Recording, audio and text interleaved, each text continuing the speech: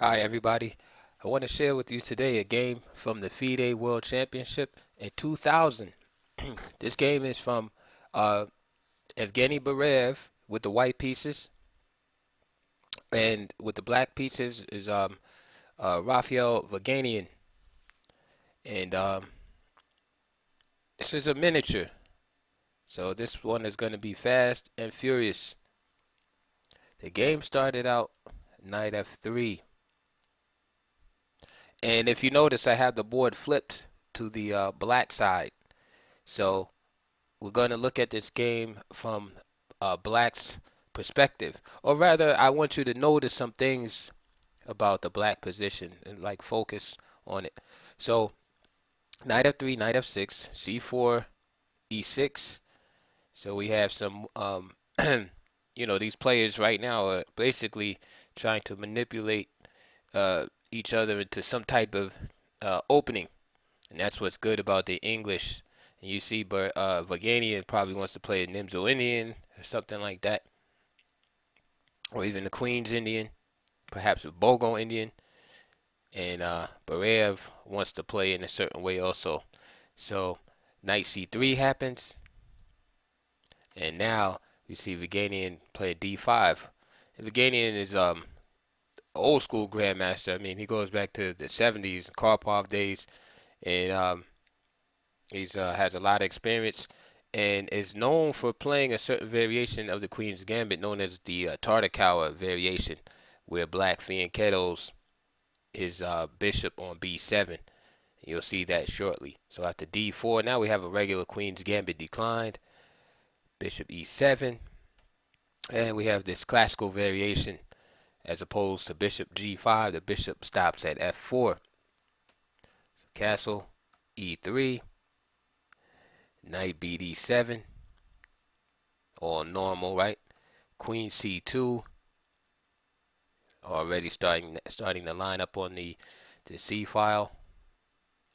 And usually against this opening, you see c5 is played. That's one of the uh, options that black has, as opposed to the when the bishop's on g5. This additional pressure on this knight here makes it a little bit harder for black to achieve the liberating advance c5. Whereas with the bishop here, there's not as much pressure, and c5 usually is played here.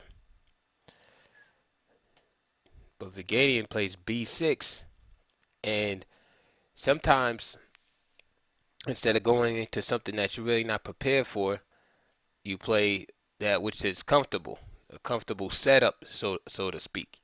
And I always looked at this as like a reverse. It's like a reverse Kali system, except in the Kali system, the bishop would be here, but of course that's not happening right now. But you have this reverse Zukertort variation of the Kali system, where the fianchetto takes place. It's an interesting opening. Now, once black has indicated by this move b6 that he's going to fianchetto the bishop, oftentimes white plays against the bishop by exchanging immediately on d5. And now, if black puts the bishop here, the bishop is blocked. And if you look at some of my early videos, I explain there's several ways to play against bishops. And I'll go and primarily it's applicable to fianchetto bishop, but just bishops in general. But it's clearly demonstrated when the bishop is fianchetto. One is to block the bishop, as we see in this case. White has caused black to put a pawn on d5, which would block the action of this bishop down this diagonal. Now, blocking can come from both sides. In this case, white causes black to block himself, but sometimes you can, for instance, say if this diagonal was clear. Here, let's just go back real quick. Say if it was like this, we'll just make up something. Go here, right?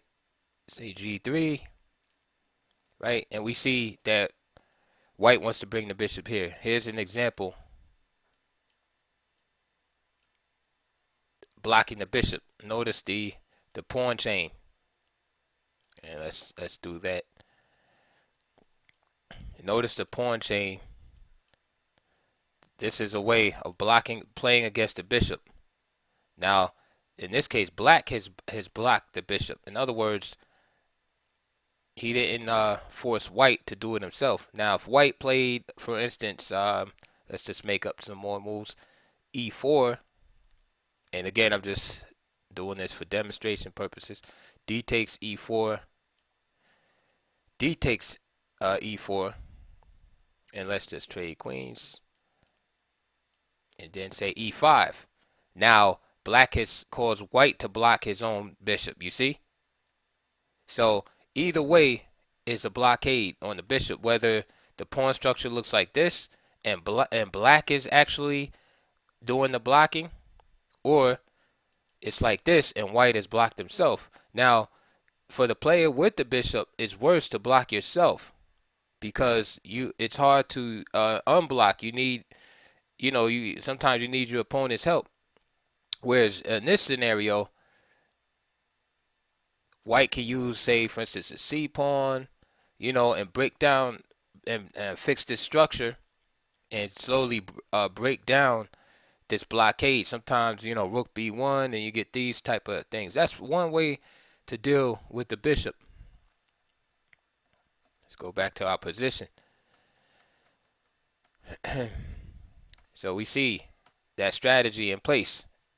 With reverse colors, you see this pawn is fixed, and after bishop d3, bishop b7, so he does it anyway. Some lines of the Tartakower, after this move, this bishop does not go into b7 and winds up coming out anyway. However, you have the weakness remaining on the light squares. So that's one way to deal with the bishop. Second way to deal with the bishop is trade it off. And you see that idea a lot if you look in your Yugoslav attacks, your Perk modern openings, where you have that old time setup of the bishop on e3, queen d2, and then play the bishop to h6 if you have the white pieces, trading off the powerful bishop. Sometimes you see it in the King's Indian defense, trading off the powerful bishop. So that's another way to deal with the bishop. The third way is just clearing the whole entire diagonal where the bishop has nothing, no targets. And so, like I said, if you want to know how to deal with bishops, like I said, look at some of my earlier videos where I talk about that in more detail. So here's just one of the ways we see the blockade of the action of the bishop. So castle is played. Now c5. This is one of the main strategies here. Now, basically, black's game plan here is to expand on the queen side. You can see the pawn structure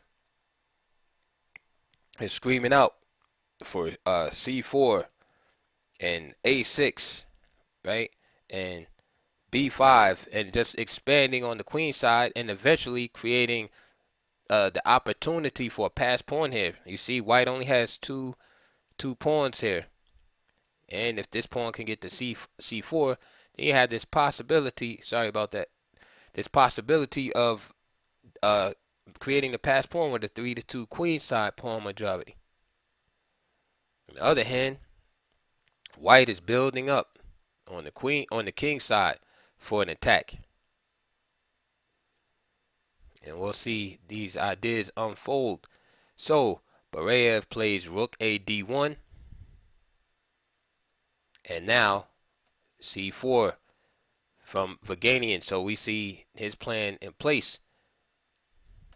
Bishop goes to f5 and wants to stay on that h7 b1 diagonal, which is a dangerous diagonal.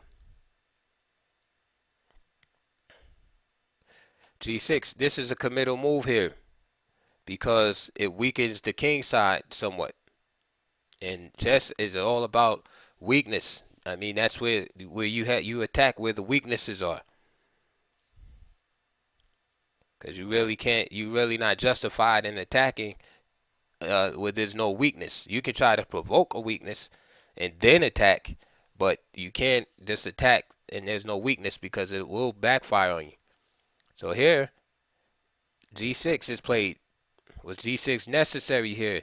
It was not completely necessary. I mean, Black could have continued on with his plan at A6 and expanding on the queen side. He could have played a move like Bishop B4 even, getting the dark square bishop more involved. Again, uh, fighting for the central square, E4, and just giving this guy better job. But G6 is kind of normal in this position, but nevertheless, White uh, White enjoyed this type of position, provoking a weakness on the king side. So now the bishop goes to H3,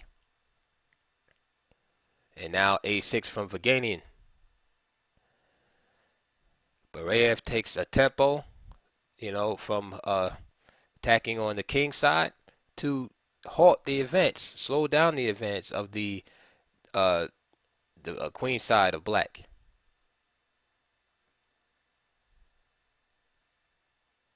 He could have played knight E5 there, continuing with his assault in the center on the king side, but he takes time to slow Black down over there. Now Black plays knight H5, which to me is okay, but what I don't like is that Black is trying to play on both sides of the board, and I don't really think he has the time to do that. That he really needs to push that queen side, get that queen side rolling. Like play, get more pieces involved. For instance, play a move like Rook E8, followed by moving the bishop on E7. Even again, Bishop B4. Getting more pieces involved because that kingside attack is coming. Knight H5 more or less provokes White's next move, which is Bishop H6, exploiting the dark squares because the bishop, even though it is on the board, it's not where it should be, which is probably on G7 right now. So Rook E8, and now there's a critical moment in the game. Bareev plays knight E5. And again, the storm clouds are starting to brew on the king side, and we see the makings of that old Pillsbury attack with the knight on E5, followed by this stonewall formation with pawns on D4 and F4, which is a dangerous attack if not properly met. So here, Vaganian opts for knight F8 and wanting to keep the position closed. I think here he's a little cramped, and perhaps he has a chance to play knight takes E5 here, and D takes E5, and then bishop C5. Now, obviously, he's worried about this situation with his knight here, and also this exposure of this pawn here on D5. And it's understandable why he may have not wanted to open up the position like that. But I think that's a better trade-off given the continuation in the game. But as they say, hindsight is 20/20. Note also that this piece is double attacked by the bishop here on H3 and the knight on E5.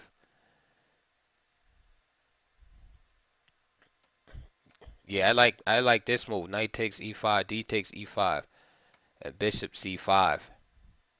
Playing in the center here. Because even though Black has taken on, exposed this pawn rather, this pawn is up for grabs also. And F4 is not possible because of the pressure on E3 from the bishop. In the game, I think now Black has a little bit more counter chances here. Like the game is double-edged at this moment, which is good for Black, instead of White just having an advantage. So after knight F8, here's the Pillsbury attack. Bareev just plays f4. Now, there's an obvious move, g4, which I mean, because I look at the threats right away. I'm sure he did too, but that's what I look at. Can I just threaten something, and then I have to work that out until work out the merits until I reject it or not. But if I see a piece like that knight on h5, I'm trying to figure out how can I attack that or exploit that in some way. So when I was looking at this game, I saw g4, and then say knight f6, and then I like this position, after g5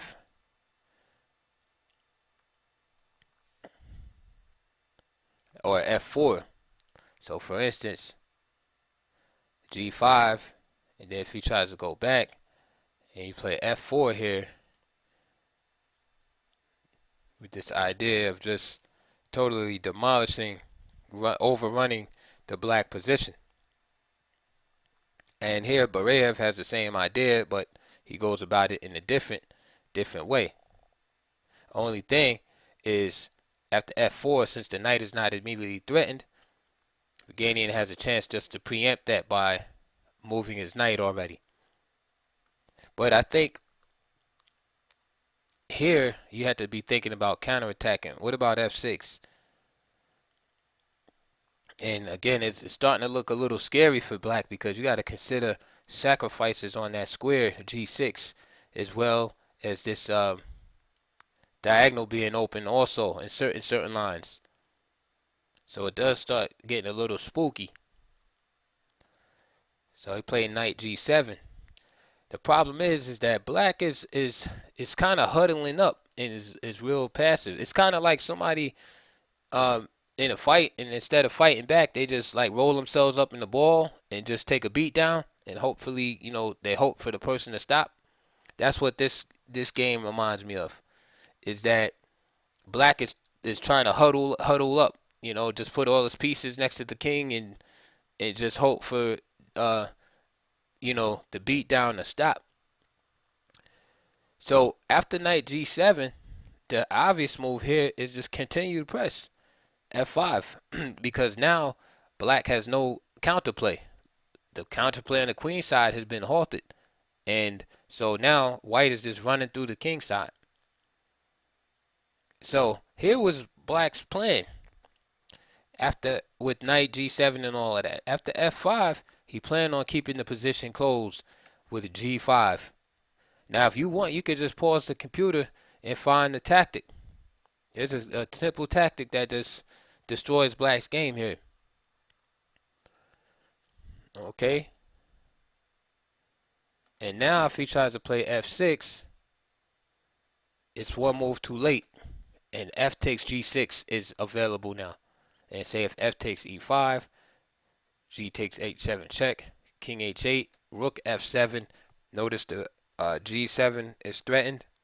Knight on g7, bishop f6, and then just double up, rook f1, and now the bishop on f6 is also in danger. So just one extra move, and now f6, the defense f6 does not work. So he says, I'm going to keep the position closed with g5. Well, f6 happens, right? Force, pawn sacrifice. Now it's opening up lines. And again, that's the old lessons, right? You have a lead in development, you open up lines. So f6, bishop takes f6, and real simple move, queen to f2. Why does queen to f2 cause Vaganian to resign? Is because if this bishop moves, then this pawn right here is vulnerable. So there's really nothing to be said after that. So either the piece is lost or there's going to be check and mate coming after that. So Vaganian resigned.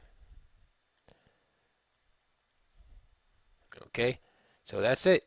I hope you enjoyed that one. Like, comment, and subscribe.